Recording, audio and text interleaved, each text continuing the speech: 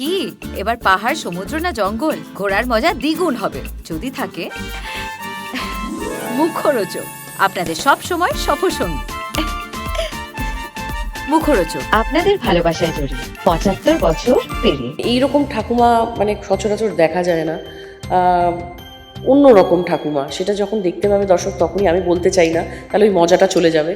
আর এই চরিত্রটা আমার মনে হচ্ছে আমি নিজের সাথে নিজে চ্যালেঞ্জ করছি। পজিটিভ দিকটা দেখানো হোক না। তারা নিজেরা কি পারফেক্ট? তাদের সবাই পরিবারে যারা আছে তারা কি পারফেক্ট?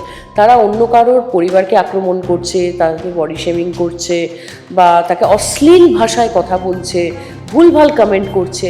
তারা তাদের পরিবারের লোকজনকে যদি কেউ কিছু বলে তখন তারা কি করবে? কিছু না জেনে কারোর ব্যাপারে কমেন্ট করাটা এটা দণ্ডনীয় অপরাধ আমার মনে হয়। না, আপাতত আমার কাজের সাথেই প্রেম, আর করলেও বলবো না। অপূর্ব সুন্দরী তিনি, মজার মানুষ, তাকে দেখে বাক্য যায় ভুলি। আর এবার তিনি নিয়ে আসছেন ঠাকুমার ঝুলি।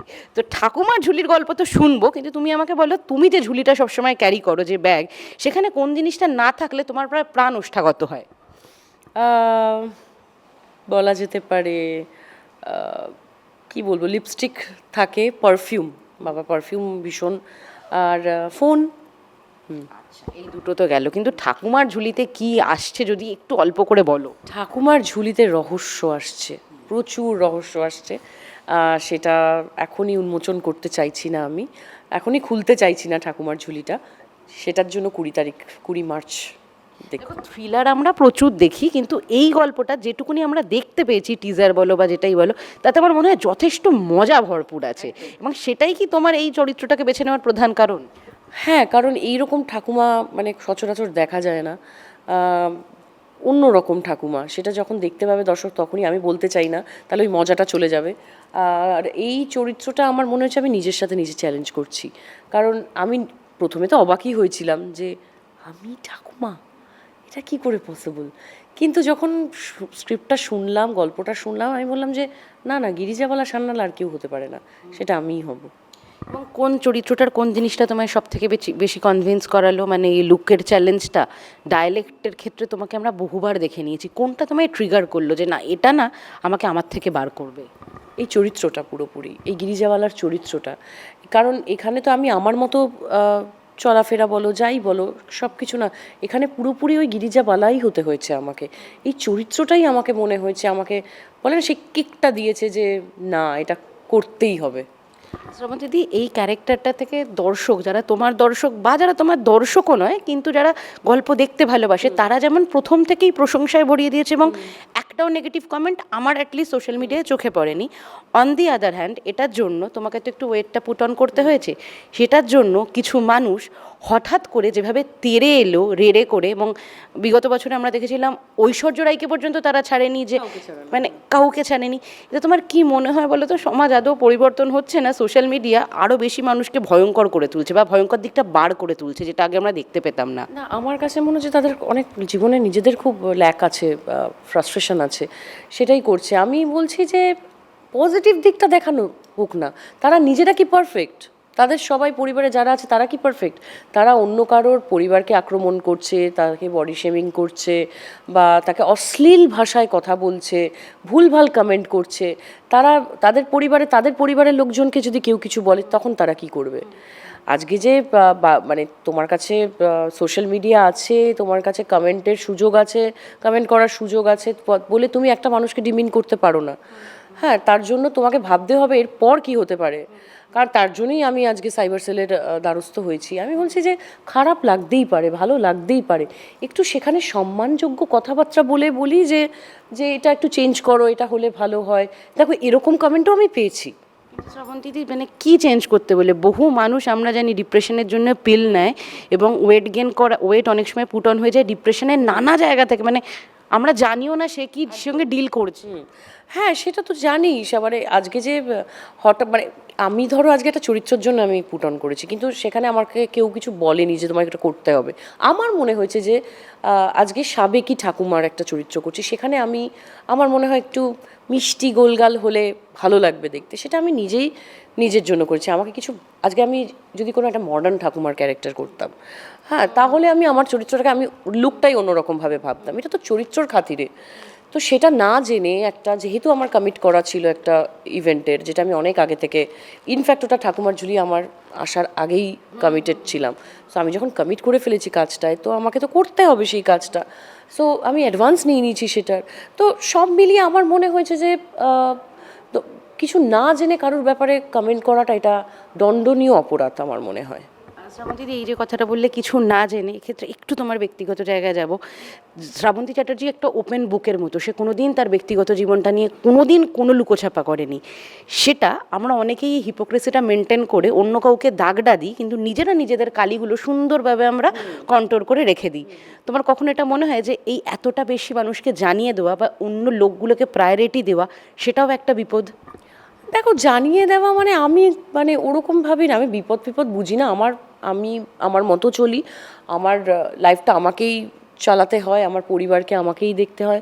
যারা আজকে কমেন্ট করছে, যারা ভুলভাল বলছে, তারা তো এসে আমার সংসারটা চালাবে না, না আমার লাইফটা এসে আমাকে তারা মানে তাদের বাড়িতে রেখে দেবে আর কি, এরকম তো ব্যাপার নয়। আমাকে আমার জীবনটা আমাকেই চালাতে হবে। সেখানে সবার জীবনে আজকে যারা কমেন্ট করছে তাদের জীবনে আপস অ্যান্ড ডাউনস নেই। যেহেতু আমরা পাবলিক ফিগার, আমাদের নিয়ে চর্চা বেশি, সেই জন্য আমাদের পার্সোনাল লাইফ নিয়েও বেশি সবাই এক্সাইটেড থাকে, জানার ইচ্ছা থাকে। কিন্তু আমি এখন সত্যি মানে আগের থেকে আমি অনেক বেশি নিজের পার্সোনাল লাইফটা নিজের পার্সোনালি রাখি আর কি। সেটা তোমাকে জীবন শিখিয়েছে? একদম জীবন শিখিয়েছে। মানুষ তো আস্তে আস্তে গ্রো করে, মানুষ তো আস্তে আস্তে শেখে অনেক কিছু। ভুল সেটা আমি লেসন হিসাবে আমি আমার জীবনে নিচ্ছি। তো সেটাই, ভুল থেকেই তো মানুষ শেখে। শ্রাবন্তীতে আমরা একটা কথা হামেশাই বিভিন্ন তারকাতে জিজ্ঞেস করে থাকি, তুমি এত পজিটিভ থাকো কী করে? এটা একটা যেমন টেমপ্লেট হয়ে গেছে, কিন্তু যদি সত্যি বাস্তবের মাটিতে পা রেখে আমরা বলি, সত্যি কি যা হচ্ছে চারপাশে, এবং যদি আমরা পৃথিবীর দিকে তাকাই, পৃথিবীর একটা সাইড জ্বলছে, সেখানে সত্যি কি পজিটিভ থাকা যায়? মানে এই যে আমরা ইন্টারভিউর আগেও যে হাসছিলাম, যে মজাটা করছিলাম, how easy is it for you? দেখো, পজিটিভ তো থাকতে, আমি তো আজকে যেখানে যুদ্ধ, আমি সত্যিই মন থেকে চাই না এতগুলো মানুষের ক্ষতি হচ্ছে, এত কিছু হচ্ছে, সত্যিই চাই না। মানে আমি চোখের সামনে আমি মানে কি বলবো, আমি ভিডিওসগুলো দেখতে পারি না, আমার কান্না পেয়ে যাচ্ছে। একটা ছোটো ছোটো বাচ্চা, তারা কষ্ট পাচ্ছে। তো এটা আমি চাই না, মানে সেইগুলো দেখে সত্যিই মানে আমি শুধু ভগবানকে ডাকা ছাড়া তো আমার কিছু করার নেই। আমি তো গিয়ে সেটা চেঞ্জ করতে পারবো না এত দূরে থেকে। আমি শুধু ভগবানের কাছে প্রে করতে পারি যে এই জিনিসগুলো বন্ধ হোক। আর জীবন একটাই, আমার মনে হয় একটাই লাইফ, আজ আছি কাল নেই। আমি সব জায়গায় এই কথাটা বলি।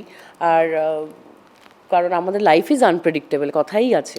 তো আমার মনে হয় প্রত্যেকটা সেকেন্ড ভালো থাকাটা দরকার, চেষ্টা করা উচিত। দেখো, খারাপ জিনিসের পর ভালো জিনিস আসবে, ভালোর পর খারাপ আসবে, ভালোর মানে খারাপের পর ভালো আসবে। তো খারাপ জিনিসটা যতটা দূরে সরে রেখে ভালোটা যাতে আমরা গ্র্যাব করতে পারি, আমি সেটা চেষ্টা করি। কামিং ব্যাক টু ঠাকুমার ঝুলি, এখানে যে ছবিটা আছে দেখি তুমি একটু ঝুঁকে আছো, এবং যেহেতু বয়স্ক এখানে তোমাকে দেখানো হচ্ছে, তো তোমাকে কিছু ম্যানারিজম তো ফলো করতে হয়েছে। কোনগুলো শিখতে গিয়ে তোমার সত্যি গায়ে হাত পায়ে ব্যথা হয়েছে, যে বাবা এগুলোও করতে হলো? আমি তো শিখিনি, নিজের থেকেই করেছি। যেরকম ধরো, যেটা দেখছো তুমি, একটু যখন বয়স হয়ে যাওয়ার পর একটু বেন্ড হয়ে যায় তো মানুষ, সেটা আমি নিজের থেকে আমার মনে হয়েছে যে আমি যখন ভিজুয়ালাইজ করছিলাম গিরিজাবালাকে, তখন আমি সেটা দেখছিলাম। তো সেটাই আমি চেষ্টা করেছি করার। কারণ আমরা যখন এখন স্ট্রেট হয়ে ইয়ে করি, একজন 65 বছরের বয়স্ক মানুষ অনেক সময় হাঁটুতে ব্যথা, পিঠে ব্যথা, সেই জেস্টার পশ্চারগুলো আমি করেছি, সেটা তুমি দেখতে পাবে। আর তোমার ঠাকুমা ড্রেসটা কেমন ছিল? আমি আমার ঠাকুমাকে পাইনি। আমার নামটা ঠাকুমার দেওয়া, শ্রাবন্তী। শ্রাবণ মাসে যেহেতু জন্ম, তো শ্রাবন্তী দেওয়া। কিন্তু আমি আমার যখন 1 বছর বয়স, তখনই ঠাকুমা গত হয়েছেন। কিন্তু এটা আমি শুনেছি আমার বাবার কাছে, আমার সাথে আমার ঠাকুমার খুব মিল আছে। ঠাকুমার মতো নাক, আমার গায়ের রং।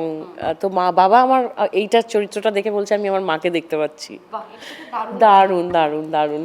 তবে দিদি, কোন জিনিসগুলো নতুন নতুন, যেমন হাতে তোমার একটা জাতি দেখতে পাচ্ছি, এরকম পানের বাটা এখন তো খুব বেশি দেখা যায় না, এরকম কোন জিনিসগুলো আবার নতুন করে খুঁজে পেলে? এই যে সাবেকি জাতি, আমি তো দেখেই ভীষণ ইন্টারেস্টিং লেগেছে।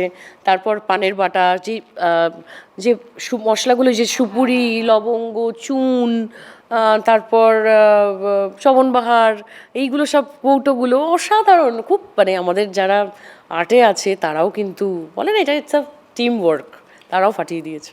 টিমের কথা বললো, তো টলিউডও একটা টিম, কিন্তু বিগত কয়েক বছরের ইতিহাস যেন একটা অন্য কথা বলছে, যে এই টিমের ভেতরেই অনেকগুলো ভাঙন, এবং সেটা নিয়ে আলোচনা করছে সাধারণ মানুষ, দর্শক, এবং সেটা নিয়ে সোশ্যাল মিডিয়ায় লেখালেখি, তাতে ইন্ডাস্ট্রির বহু মানুষজনও আছে। তুমি ব্যাপারটাকে কিভাবে দেখো, মানে এটার পজিটিভ সাইড কি দেখতে পাচ্ছো, আর নেগেটিভ সাইডটাই বা কি দেখতে পাচ্ছো? আমি মনে করি দেখো যে আমি জানি না কতটা কে কি ভাবছে, আমি মনে করি আমরা একটা পরিবার, এখানে সবাইকে সবার দরকার, একদিন না একদিন সবাইকে সবার কাজে লাগবে, সবাই সবার সাথে কাজ করবে, সবাই মিলেমিশে থাকি। যেমন একটা একান্নবর্তী পরিবারে, জয়েন্ট ফ্যামিলিতে যেমন আমরা সবাই মিলেমিশে থাকি, একসঙ্গে খাওয়া দাওয়া, থাকা, ঘুরতে যাওয়া, কাজ করা।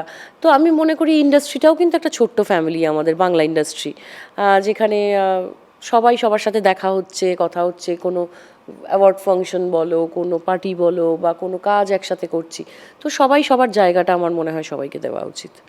মায়ের বাঁধন থেকে আজকে যদি ঠাকুমার ঝুলি, একটা দীর্ঘ পথ, সেখানে কতগুলো চেনা মানুষ তোমার কাছে অচেনা হয়ে গেল, আর কতজন অচেনা একদম আননোন মানুষ তোমার কাছে হঠাৎ বন্ধু হয়ে এলো? অনেকেই হয়েছে, সেই নামগুলো আমি এখন বলতে চাই না। অনেক চেনা মানুষ, অনেক মানে কি বলবো, অচেনা তো একদম দূরের কথাই হয়ে গেছে। আর সত্যি কিছু মানুষ আমার জীবনে সত্যিই খুব ইম্পর্ট্যান্ট। তারা, তাদের অনেক সান্নিধ্যে, তাদের থেকে অনেক কিছু শিখেছি। হ্যাঁ, ইন্ডাস্ট্রি আমাকে অনেক কিছু শিখিয়েছে, ইন্ডাস্ট্রির ভালোবাসাও অনেক পেয়েছি আমি, এখনও পাচ্ছি, আশা করছি ফিউচারেও পাবো। নিশ্চয়ই পাবে, সবাই তোমাকে ভালোবাসে। দিদি, এখন কতটা ফিল্টার করতে পারো, মানে এখন কতটা মানুষ চেনায় তুমি পারদর্শী হয়ে গেছে? ঠাকুমা ওদিকে বয়স বেরিয়েছে, এদিকেও মনের বয়স বেড়েছে। ফিল্টার, আমি খুব ছোট গ্রুপ আমার, আর যেখানে সম্মান পাই সেখানে অবশ্যই যাই। তো সেটাই, কিন্তু আমি একটু হোমসিক আছি, এমনি বরাবরই ছিলাম, খুব একটা তো এদিক ওদিক মানে আমি এমনি বাড়িতে কাজ না থাকলে বাড়িটাতে খুব ভালোবাসি থাকতে আমি। হ্যাঁ, আর খুব ধরো আমার স্কুলের বন্ধুরা, যারা একদম মানে আমার বলতে গেলে ওই সেই 30 বছরের বন্ধুরাই আমার সঙ্গে আসে, আমার বাড়িতে আসে, তাদের সাথে সময় কাটাই। বেহালায় যাই, বেহালায় অনেক সময় যে ফুচকা কাকুদের কাছ থেকে ফুচকা খেতাম, সেখানে ফুচকা খাই। আমি এক্সপ্লোর করি বেহালায়, আমার একটা বান্ধবী আছে, তার স্কুটি করে ঘুরি পুরো বেহালায়, স্কুলের সামনে যাই। হ্যাঁ হ্যাঁ, আমি খুব একটা বেহালায় গেলে আমি একদম সেই পাড়ার মেয়ের মতনই থাকি, এতটাই আমার পছন্দের। তারপরে কিছু বন্ধুদের বাড়িতে যাই, স্কুলের গল্প করি, হঠাৎ করে পুরনো অ্যালবামগুলো, যে দেখবে আগে অ্যালবাম ছিল না, সেই অ্যালবামগুলো বার করি, মায়ের কাছে গিয়ে ওই অ্যালবাম বার করে দেখি, সেই পুরনো ছবি, আমার ছোটোবেলার ছবি, পাঞ্জাব বলো, তারপর বাবা যেহেতু আর্মিতে ছিলেন, অনেক জায়গার ছবি একসাথে দেখি, পরিবারের সাথে কাটাই, খুব ভালো লাগে আমার। তবে এই ঘরকুনো মেয়েটাকে নাকি শোনা যাচ্ছে রাজনীতিতে দেখা যাবে, এটা কতটা সত্যি বলে? আমি জানি না গো, আমিও অনেক জায়গা থেকে খবর পাচ্ছি, কিন্তু আমার কাছে এখনও অবধি অফিসিয়ালি কোনো কিছু আসেনি, কোনো খবর আসেনি। নিশ্চয়ই যদি আসে তাহলে নিশ্চয়ই আমি সবাই জানতে পারবে, আর আমি অবশ্যই আমার পরিবারের সাথে আলোচনা করব, তারপর দেখা যাবে কি ডিসিশন নেওয়া যায়। কিন্তু ওভারঅল যদি বলা হয়, একজন সমাজ সচেতন মানুষ হিসেবে যদি এই সমাজে কোনো একটা জিনিস ম্যাজিকের মতন তুমি পরিবর্তন করতে চাও, কি পরিবর্তন করতে চাইবে? দেখো, যদি ক্ষমতা থাকতো তাহলে সোশ্যাল মিডিয়ায় ভুলভাল জিনিসগুলো তো আমি চেষ্টা করতাম যাতে এগুলো কন্ট্রোল করা যায়।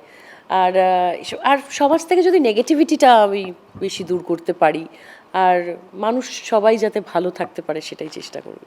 আচ্ছা, এবারে এই ঠাকুমার কথা আসি। ঠাকুমাকে তো মোটামুটি সবাই ঠাকুমার প্রেমে পড়ে গেছে, এরকম একটা মানে প্রেমিকা ঠাকুমা খুব কম তো পাওয়া যায়। তুমি সব থেকে ইন্টারেস্টিং কমপ্লিমেন্ট কি পেয়েছো? সব থেকে ইন্টারেস্টিং যে চেনে, বাবা কি সাদা ঠাকুমা, আমাকে এইভাবে বলেছে আমি বিষ্ণুপুরে যখন শুটিং করছি। প্রথমে তো চিনতেই পারছিল না কেউ যে এটা কে, কী এরকম, মানে আসলে এরকম লুকে তো কোনোদিনও আমাকে কেউ দেখেনি।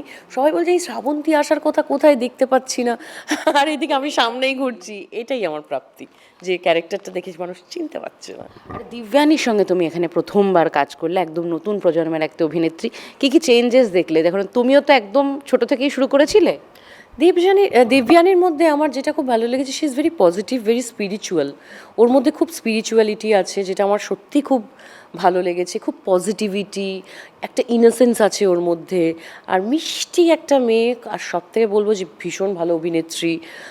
খুব মানে আমি জানি না, আমার ওর সাথে আগে কখনো কাজ করিনি, ইনফ্যাক্ট আমরা ওয়ার্কশপও একসাথে করিনি, কিন্তু প্রথমেই আমি প্রথম দিনেই মানে ওর সাথেই আমার সব সিন ছিল। কিভাবে যে হয়ে গেল, আমাদের কোথাও গিয়ে একটা দারুণ বন্ডিং হয়ে গেল, যেহেতু ঠাকুমার নাতনি এখানে মেন আর কি, তো আমাদের মধ্যে অসম্ভব একটা সুন্দর বন্ডিং হয়ে গেল। আমি তো হ্যাঁ, আমার তো ভালোই লাগে, আর তার ওরকম একটা মিষ্টি মেয়ে দেখলে, আর ওকে এত মিষ্টি দেখতে, এত সুন্দরীও, আর খুব ভালো লেগেছে। আর ওর সাথে আমার একটা মিল আছে, আমরা দুজনেই খুব স্পিরিচুয়াল, আর ও খুব কৃষ্ণ ভক্ত, আমিও খুব কৃষ্ণ ভক্ত।